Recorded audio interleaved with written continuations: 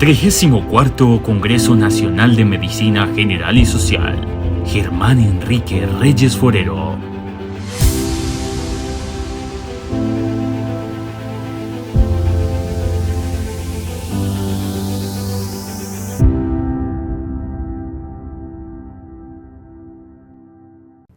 Iniciamos con el doctor Carlos José Jaramillo Gómez, a quien hemos invitado para la realización de un taller de electrocardiografía. El doctor Jaramillo es médico internista, cardiólogo de la Universidad de Antioquia, cardiólogo clínico del Hospital Universitario San Vicente Fundación, cardiólogo clínico del Centro Clínico de Investigación SICOR, Soluciones Integrales en Riesgo Cardiovascular, y magíster en Telesalud.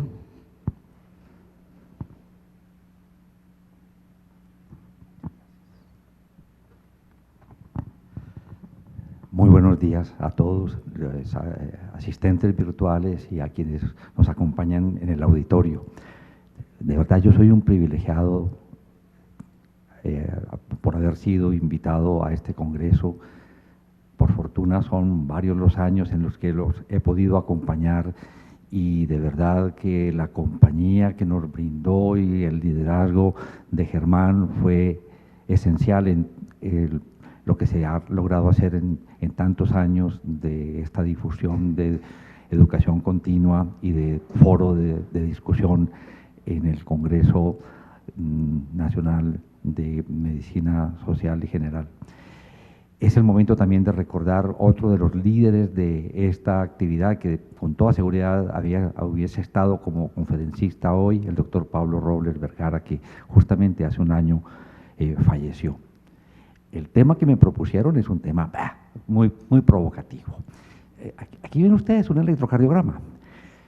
Miren, esta es una señal eléctrica que tiene demasiada información sobre cada ser humano, no solamente lo eléctrico. Van a ustedes ahorita a percibir todo lo que hay en esa señal, igual que posiblemente podemos observar cuando vemos un rostro, cuando vemos una mirada. Desde el momento de hace ya más de 100 años, en la cual se logró determinar esa señal eléctrica, las ondas que vemos en el electrocardiograma son muy parecidas a las de Beethoven.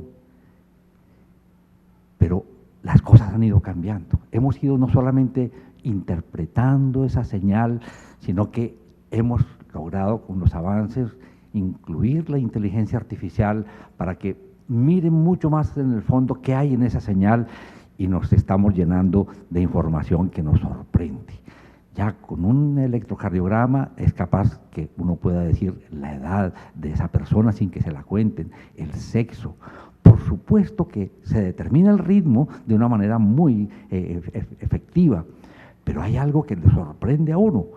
En un electrocardiograma como el que estábamos viendo previamente, poder decir, estando en el ritmo normal, que es el ritmo sinusal, poder decir que va a desarrollar ese paciente o ha desarrollado periodos de fibrilación auricular.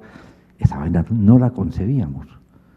La posibilidad de que con el electrocardiograma podamos decir la fracción de eyección del paciente sin algo mecánico nos descresta completamente. El que podamos decir que un electrocardiograma tiene una estenosis aórtica severa o moderada, sin saber la historia. Las canelopatías, por supuesto, es parte de la parte eléctrica del corazón, pero poder igualmente decir cardiopatía hipertrófica. Entonces, esas cosas nos han empezado a sorprender tremendamente gracias a análisis de millones de pacientes, millones de electrocardiogramas, comparándolos con ecocardiogramas, y surge esa información que nuevamente nos descresta y que nos muestra todas las potencialidades que tenemos con una información que logramos en este momento tan fácilmente como esto. Mire, todas las veces yo hago la consulta con mis pacientes, termino haciéndoles un electrocardiograma ahí al frente con este aparatico. Este es un aparatico con el que yo logro tener fácilmente 6 derivaciones, 30 segundos que yo tengo la oportunidad de mirar. Si veo una arritmia, puedo prolongarlo 1 minuto, 2 minutos y hacer un monitoreo al pie del paciente sin un costo adicional en su consulta. Esto me ha ayudado inmensamente, ya se pueden ustedes imaginar. Aquí, por ejemplo, un paciente que se me queja de palpitaciones y en el momento en el cual le tomo yo el electrocardiograma, alcanzo a ver que aquí hay una irregularidad, que me dice, en ese momento sintió la palpitación, listo, aquí hay una extrasístole ventricular y hago mi diagnóstico. Y aquí tengo las 6 derivaciones frontales, pero ¿cómo logro determinar las derivaciones? Pues estos equipos, aquí con este iWatch yo tengo una derivación que me permite seguir el ritmo.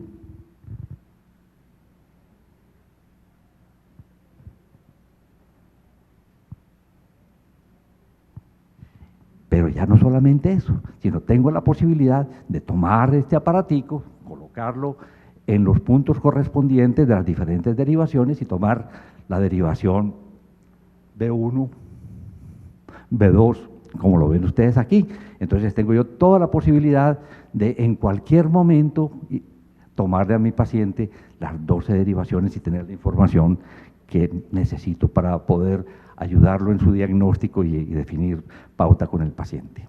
Miren qué tan chévere, cómo se va uno colocando de tal manera que va obteniendo B1, B2, B3, B4, B5, B6, en fin. Bueno, a lo que vinimos, el primer problema. Yo sé que algunos de ustedes revisaron la historia clínica y miraron los electros. Vamos a mirar esa reflexión que ustedes hicieron, lo que vamos a comentar, qué tanto les aporta en el enfoque general de sus pacientes. Aquí no se trata solamente de electrocardiografía, sino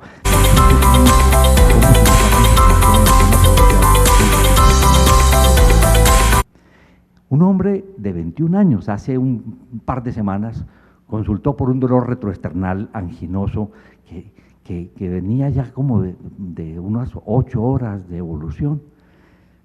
El único antecedente importante era que había tenido un cuadro respiratorio compatible con un COVID, porque todavía tenía algo de anosmia y venía con la parte respiratoria.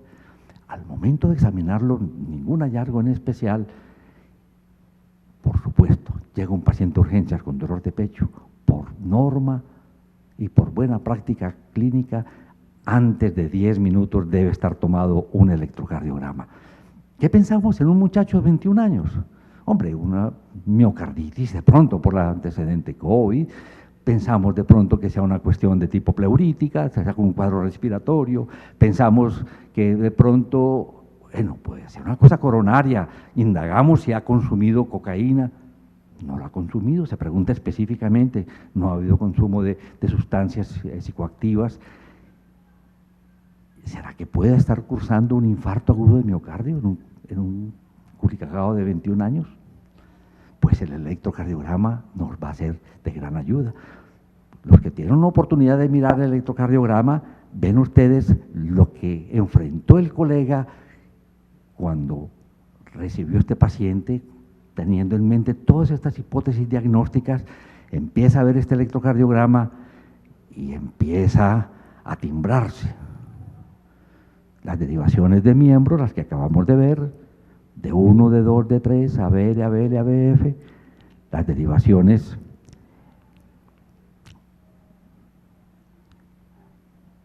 precordiales, V1, V2, V3, V4, V5, V6.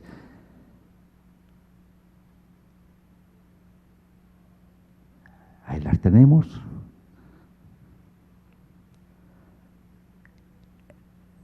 Con este electrocardiograma empezaron a generarse las hipótesis y como se hace normalmente, si uno no ha tomado decisiones con ese electrocardiograma y hace el seguimiento del paciente, al cabo de 1 hora toma un nuevo electrocardiograma. El colega con este electrocardiograma todavía no se la creía, pero tomó este electrocardiograma al cabo de la hora y aquí tenemos entonces las preguntas que nos propusimos. Con ese cuadro clínico y con ese electrocardiograma, ¿está cursando una pericarditis, una miopericarditis? ¿Está cursando un infarto agudo de miocardio? los cambios en las morfologías que estamos observando es porque le colocaron inapropiadamente los cables, que es uno de los problemas que a veces tenemos cuando tomamos electrocardiogramas. La parte técnica, ¿puede considerarse este electrocardiograma normal en un joven de 21 años?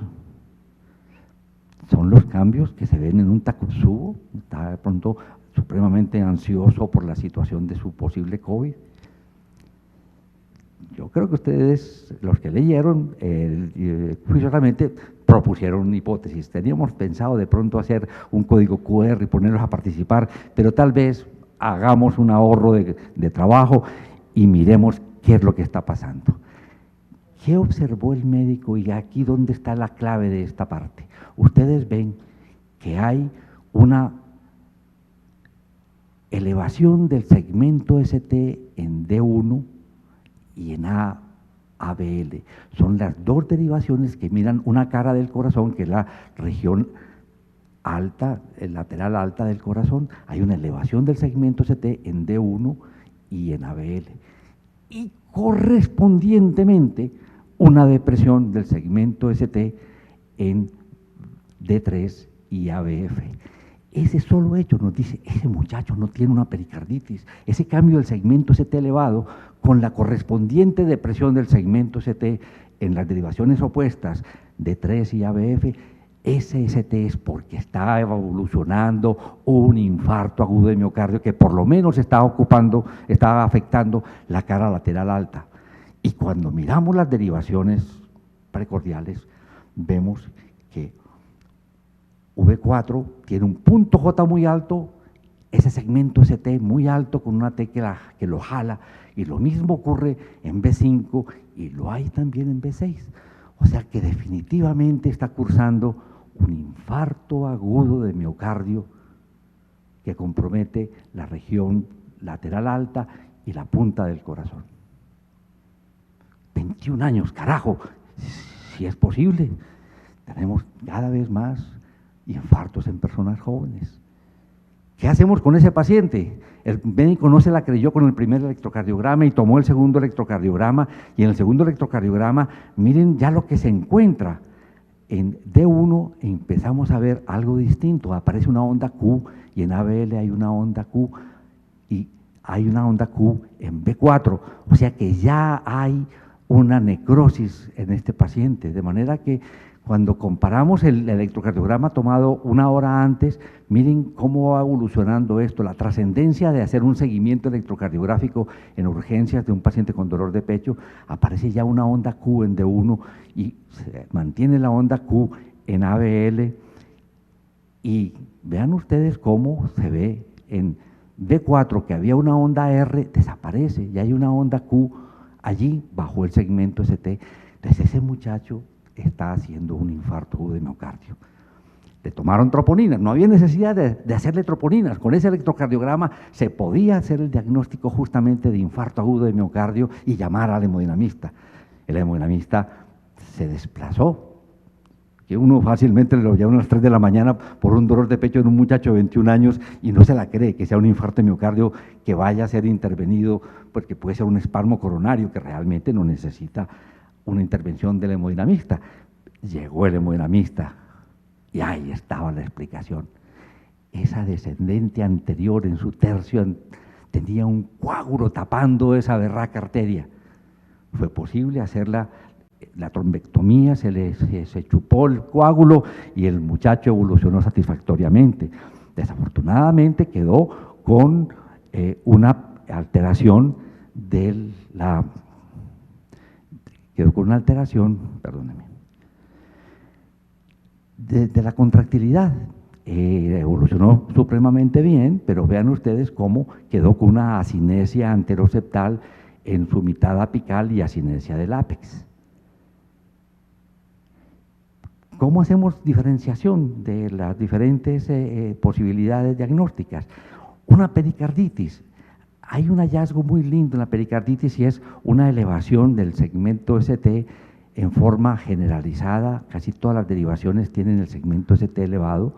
Hay una depresión del segmento PR en algunas derivaciones y un signo muy lindo que de pronto no está descrito los que somos ya un poquito más viejitos, los jóvenes ya lo conocen, y es ese segmento TP descendente que se llama el signo de Spodek, muy sugestivo de una pericarditis, que en este muchacho no lo hay.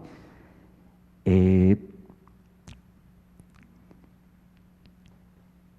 el artículo que se les acompañó con el ejercicio, van ustedes a encontrar algunas pautas donde se recuerda las características de la enfermedad coronaria, las cosas como más importantes, interesantes para mencionar esto.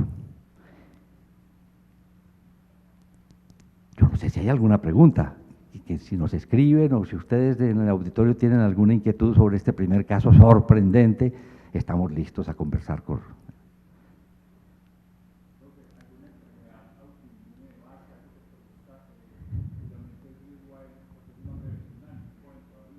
La pregunta que nos hacen aquí es absolutamente pertinente. La pregunta que debe hacer el médico es, bueno, ¿y cuál es la causa de ese trombo? ¿Por qué un chico de 21 años hace un trombo espontáneo?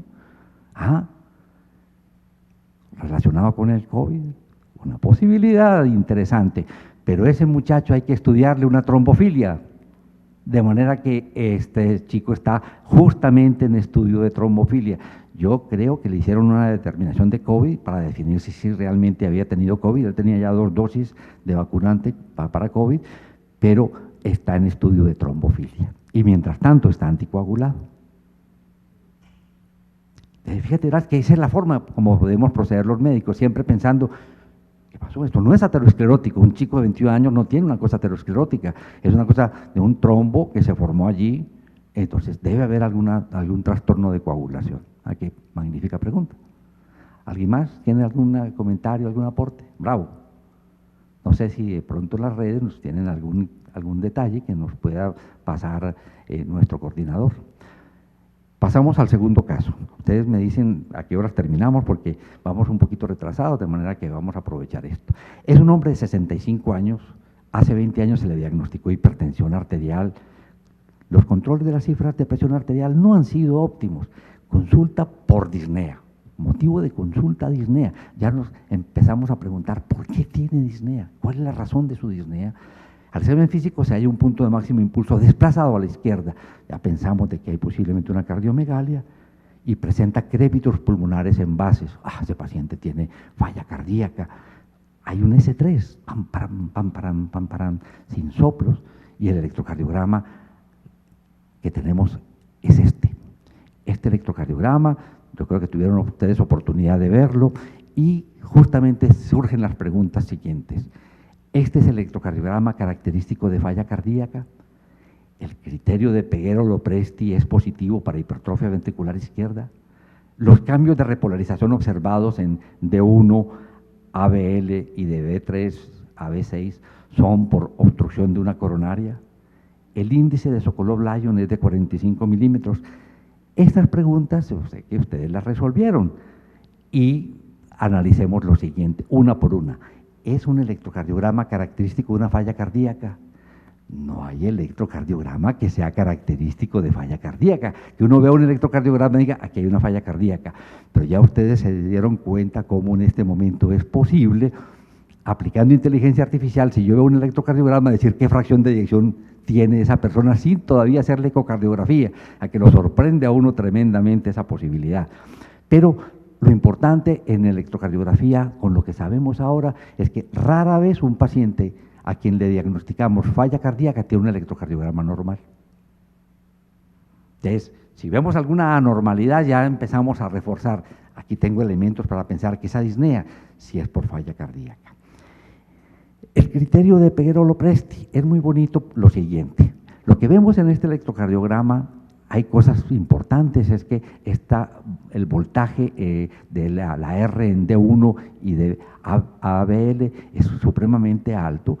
Los voltajes en B5, B6 son muy altos, pero hay otros detalles muy importantes como son los cambios de repolarización. Esta T negativa en D1 y en ABL, la cara que mira la cara lateral alta, y de V3 a V6 con una depresión del segmento ST, muy seguramente son cambios secundarios cuando uno los ve acompañados de una R tan alta. No son isquémicos, sino que son secundarios al problema de despolarización. Y hay un detalle muy lindo, porque cada vez le prestamos más atención a la onda P. Esa onda P tiene una fase negativa muy profunda, ahorita la vemos con más detalle, se las voy a mirar, a mostrar. Miren, esa onda P que muestra esa fase negativa tan profunda habla de anormalidad auricular izquierda, y cada vez ha cobrado más importancia reconocer esa anormalidad auricular izquierda. Entonces, todos estos detalles que encontramos, apreciamos lo que es el índice de Sokolov-Lyon, que es el que siempre hemos utilizado, y la forma de hacerlo es sumar la S de V1 más la R de V5. Vemos aquí que tenemos 13 milímetros la S de V1 y 23 milímetros la R de V5. La suma de los dos nos da 36, que está justamente por encima de 35. El índice de Sokolov-Lyon en este caso está positivo. Pero quería de todas maneras contarles un índice que es muy lindo, descrito por argentinos hace unos 3 años, que se llama Peguero-Lopresti. Esta es la forma como normalmente se despolariza un corazoncito de tamaño normal y una masa ventricular normal. Muestra este vector, hace que la derivación V4 sea prácticamente toda positiva, hay una pequeña negatividad. La transición, o sea que la parte positiva y la negativa se igualan usualmente en V3, pero cuando hay un aumento de la masa ventricular izquierda, cambia ese eje y hace que aparezcan heces profundas en V4 y más profundas en V3. Entonces, estos caballeros hicieron una propuesta muy linda, y es, vea, si se suma la S de V4 más la S más profunda, bien sea en V2 o en V3, si está más de 28 milímetros, eso es positivo para hipertrofia ventricular izquierda, y es bastante sensible y específica. En este caso tenemos 19 la S en V2 más 12 la S en V4, y esto nos suma 32 o 31 milímetros, entonces definitivamente está positivo la hipertrofia ventricular izquierda. Entonces este paciente, como ven ustedes, tiene 2 criterios importantes de hipertrofia ventricular izquierda. Ese paciente tiene una cardiopatía hipertrófica y es la causa de la falla cardíaca que está en curso en ese momento, y va a permitir que seamos mucho más juiciosos con el manejo de su hipertensión arterial y que seamos mucho más juiciosos igualmente con el manejo de su falla cardíaca, porque sabemos la causa. Bueno, ahí tenemos eso. ¿Qué me dicen ustedes? ¿Echamos para adelante? Creo que ya estamos aquí 5 minuticos y ya terminamos. Listo. Vamos a la siguiente. Este es un señor de 42 años, le hacen un electrocardiograma en un examen periódico, y al informarle los resultados, sí, señor, queda preocupado por una consulta con cardiología, asintomático, hace ejercicios sin factores de riesgo y se ausculta el desdoblamiento del primer ruido. Ven ustedes este electrocardiograma y yo creo que lo pudieron interpretar sin ningún problema. Tiene un bloqueo completo de la rama izquierda del Ardegis. Son los cambios propios de una hipercalemia severa. El QRS es de mayor duración por una preexcitación. Tiene un bloqueo completo de la rama derecha del Ardegis. Es un ritmo de origen ventricular. Claramente todos respondieron, tiene un bloqueo completo de la rama derecha del Ardegis. ¿Por qué? Esto es una preexcitación. Es un QRS ancho, pero tiene un PD corto y claramente una onda delta. Una hipercalemia, el QRS se ve amplio y lo más característico de esas ondas altísimas que son definitivamente indicadoras de que cursa una hipercalemia con ese QRS ancho.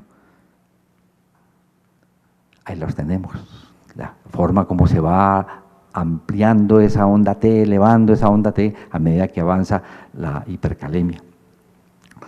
Un bloqueo de rama izquierda se caracteriza porque aparecen heces profundas anchas en V1 y Rs anchas en V5, mientras que nuestro electrocardiograma muestra lo que se ve en el folletico que les acompañamos, una morfología donde en V1 hay una imagen trifásica RSR', y en V5, V6 una Q pequeña y R y una S ancha. Entonces, este paciente tiene un bloqueo de rama derecha. Le preguntamos, ¿ya vos te habían tomado antes electrocardiograma? Ah, sí, cuando iba a entrar para mi seguro de vida me pidió un electro y tenía lo que me acaban de decir ahora, un bloqueo de rama derecho. Posiblemente este paciente tiene un bloqueo de rama derecho que lo ha tenido prácticamente de por vida.